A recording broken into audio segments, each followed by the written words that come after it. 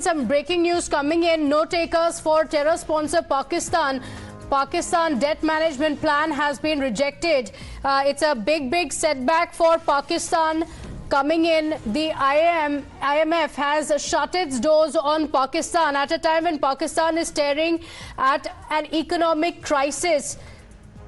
The IMF has rejected the plan of Pakistan. Pradeep Ritta continues to stay live with us. Pradeep, this is a very significant development, a big setback for Pakistan that has clearly not learnt its lesson. The IMF has shut its doors on Pakistan at a time when it is reeling under the economic crisis.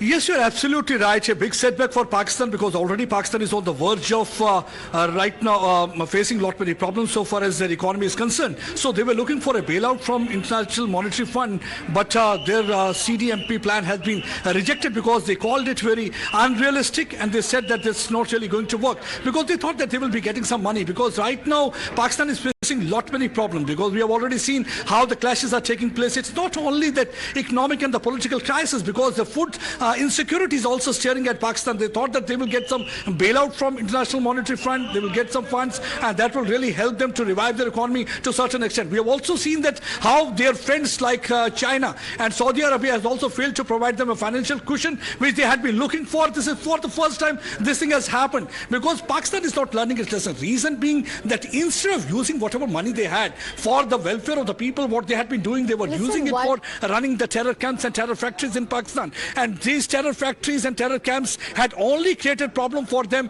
We saw that for so many years Pakistan was in the grey list so far in grey list also.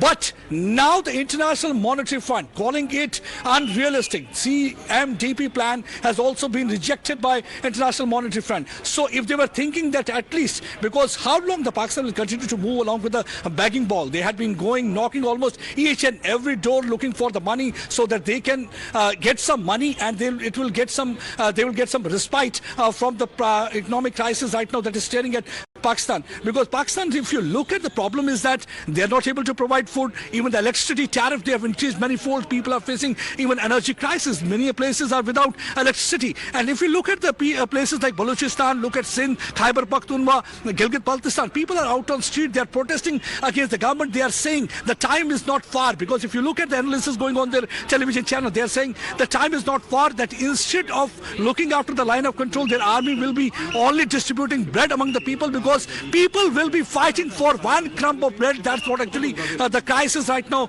is in Pakistan. So I think, but they are not learning their lesson. Had they learned their lesson, instead of getting involved in the corruption, instead of these people in the helm of affairs filling their coffers, had they used this money instead of running terror factories for the welfare of the people, for the development projects, I think that would have been much better. But they are continuing with their India and Kashmir obsession, and it is because of this India and Kashmir obsession that they're not able to move ahead. If you look at the story of India and Pakistan, see, they both of them got independence at the same time. Pakistan was a part of India, and see where India is today. Look at the GDP of India. Look at the, in fact, if you talk about the gross national happiness scale also, you will find the smile on the faces of the people here. But if you look at Pakistan, they are just struggling for one bag of atta. They are struggling for that. There have been several clashes. Many people have lost their lives. So people are asking question, why you are lagging behind? If India can move ahead, India is right now not only having the footprints all across the globe,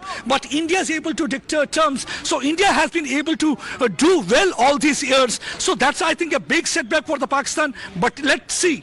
Hope they learned lesson. But I think they will continue with the policy of leading India 1,000 cuts unless and until they leave this policy, stop all these terror factories. I think things are not really going to change because whosoever has tried to feed this Frankenstein monster has come back and tried to stay on with us. We have Colonel V.N. Thapar also with us. Like you mentioned, it's going to be a very big setback for Pakistan.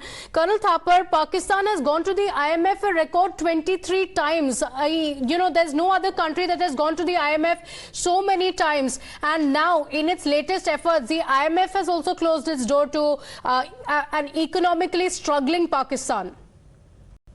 Well, actually, if you really see, have a look at any picture of a town in Pakistan, they are lavish. They are living huge lives, lovely bungalows, everything that you want. Roads are first class, everything is good. So the money that is coming, they don't earn it. They get it as a gift from USA every time and then use it for their own private purposes, particularly the army lot. So this strategic depth that you're talking about Yes. is just a farce. It is just a farce. In today's warfare, there's no such thing as strategic depth because the reach of the weapons is anywhere, wherever we want, we can reach that place. So this is a outward facade still to get their money somehow. Starting from Ayub Khan it started, that money comes and they are not accountable how it has been spent, how it has not been spent. Why should the country be in such a dire circumstances? Almost $2 billion are coming every year to them. That is the kind of aid from one agency, America. And then they are getting from Saudi Arabia, X, Y, Z, so many other places. So with so much money, why should they work? They won't work. They will be in the same status quo that is today existing because money will come. Okay, but the country's official foreign exchange reserves have dropped to a very dangerous level, and even if the IMF bailout had come, it would not really have helped their cause much. Thank you for joining us, Colonel Thapar. Also want to introduce Mr. Arasan Singh on the broadcast with us. Mr. Singh, would you say it's on expected lines after 23 times going to the IMF, this time around after the rains and the economic crisis that Pakistan has been going through, the IMF says, no, we can't bail you out? Actually, if you ask me, the downward spiral of Pakistan's economy has been, constant. And let me remind everybody that when Ayub was at the helm, at least for the first decade, of his rule, Pakistan was doing economically very well because he had, all said and done, Pakistan was, he had taken school dropouts in Pakistan are from the madrasas, from where they do not learn anything but for jihad. Either you train them to be clerics or you train them to be jihadis. So you just saw an example of what happened in, of Peshawar, in the Peshawar mosque. Most when those people killed were, except for 4 of them, all were policemen. And this is happening right in front of the core headquarters, right? This mosque.